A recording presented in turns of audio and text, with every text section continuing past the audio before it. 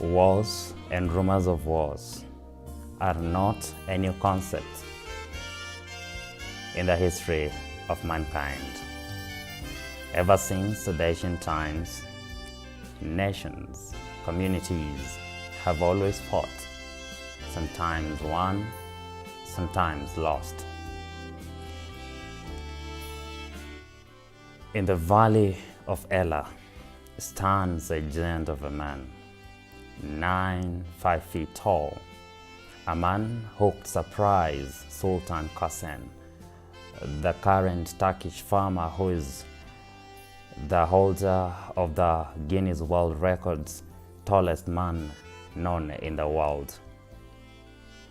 For 40 days, this man has been mocking the people so called by God's name, the Israelites, daring them to send a man to fight with him.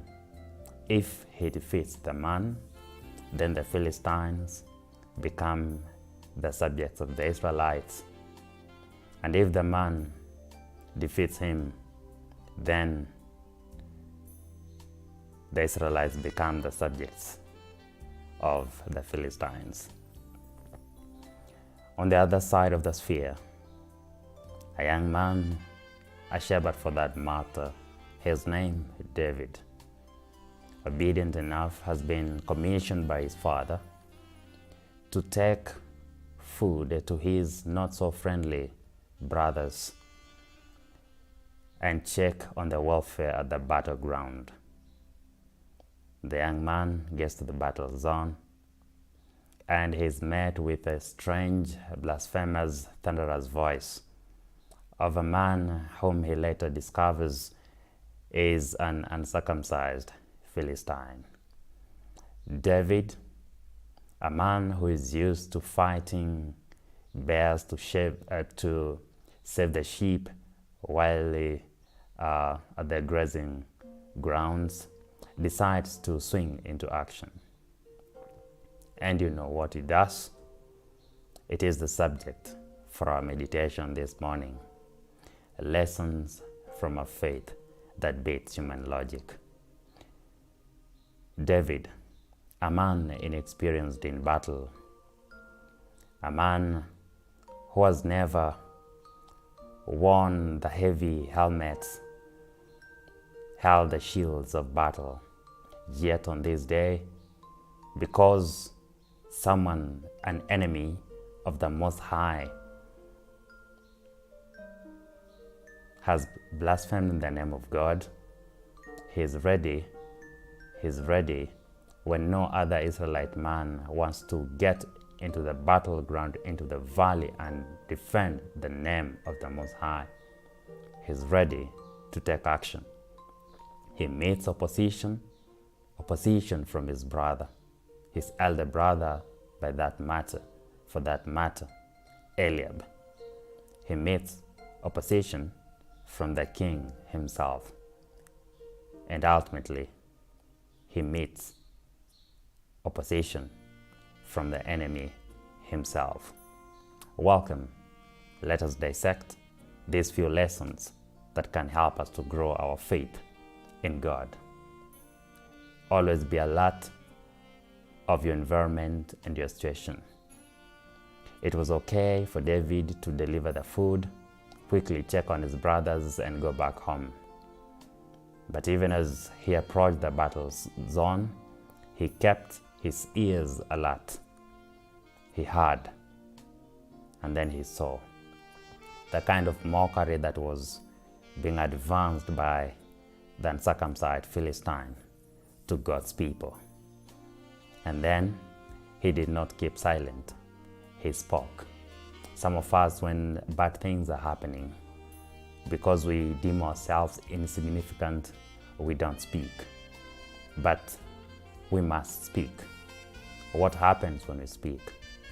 We may face opposition, just as David faced opposition, but we could be, by us speaking and by us swinging into action, we could be the remedy to the immediate situation.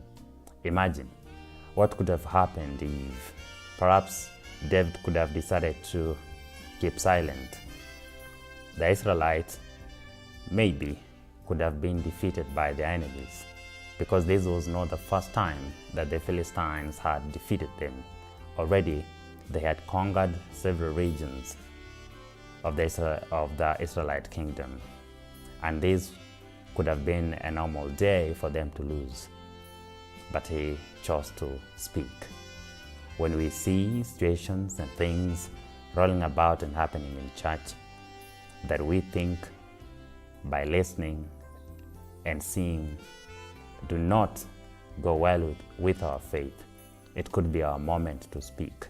We may face some opposition even from the leadership, but by us speaking, it may make a difference. Recognize the authority under which you operate. The enemy of the Israelites was coming to them by believing in his strength and believing in the grace accorded him by the dead gods, the deaf gods, the gods who don't breathe, the gods who exist only as symbols but are not real gods. But how about our man David, the man of the moment? He believed in the Most High God. He knew as much as his skill mattered, he knew he most profoundly depended upon God to bring victory to the children of Israel at their moment of need. It's always important to take a stand. It's not okay to be lukewarm, because when we are in the midst, when we are at the middle, we can fall to either side. It is good for the community, for the nation, for the people to know the stand that we strongly hold. We hold a stand by our convictions, based on our faith. Our stand should not be dependent upon the belief systems of other people. It should be fueled and anchored upon the faith in which we profess. From the word go, David said, we are not going to let this uncircumcised Philistine to continue to mock the living God. Someone must do something. And when such situations happen sometimes, that person that is needed to do something, it is you. We must learn as Christian believers to take a stand. Sometimes we fear to take a stand because we fear the reproach from people, even when we're defending the right cause. When you stand for the truth and when you make a stand, you will be unpopular, because the masses always side with the popular opinion. But a popular opinion does not make it right. Sometimes the unpopular opinion could be the right thing. Just like the man of the moment, David did. He took a stand. No matter the criticism from his brothers, from the king, no matter the ridicule from the enemy, he said, I am going forth. But even as I take a stand, I know that my faith is anchored upon the Most High God.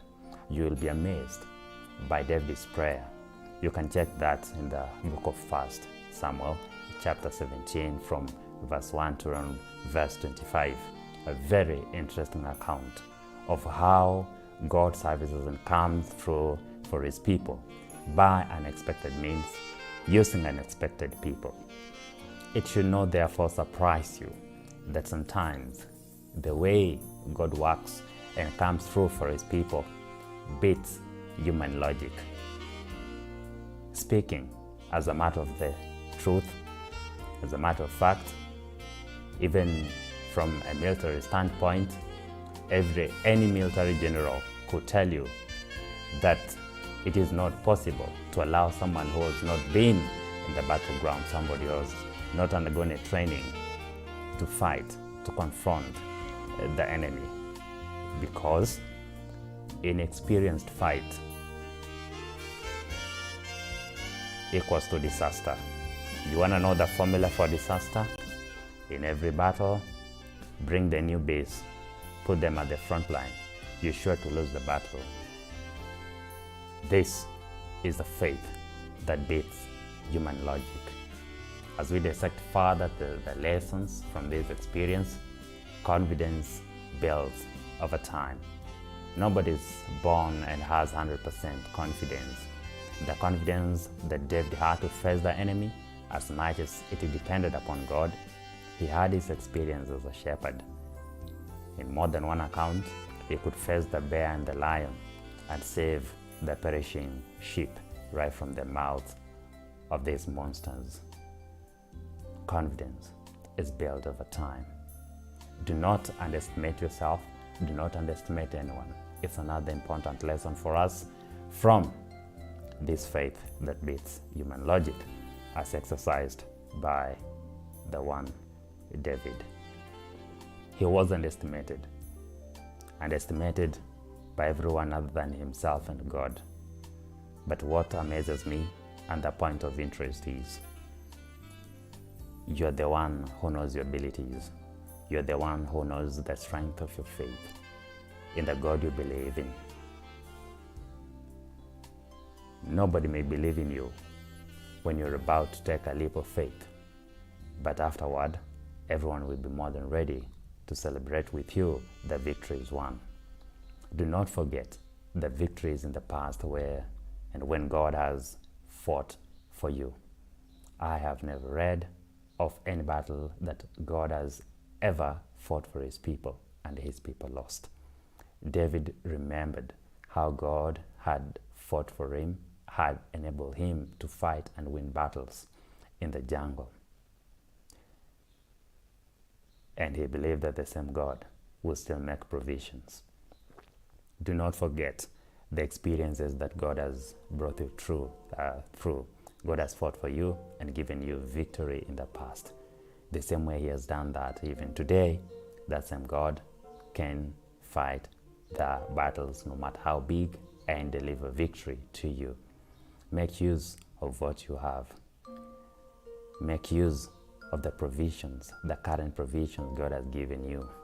Whatever God has given and placed in your hands, God has confidence in you that whatever that you need delivered at the moment, what he has given you is sufficient. This man, David, only a sling and stones, and he took the enemy down. I believe, I am convinced, that the accuracy with which the stone got right into the forehead of the enemy, of the uncircumcised Philistine, was directed by the divine forces. Your skill may be small. Your weapons to fight may be small. Maybe the only thing you have to cling to is prayer. Maybe the only thing you have to cling to is the little knowledge that you have. In our inadequacy, God will make everything sufficient for us. He has always made things sufficient, even when his people had inadequacy.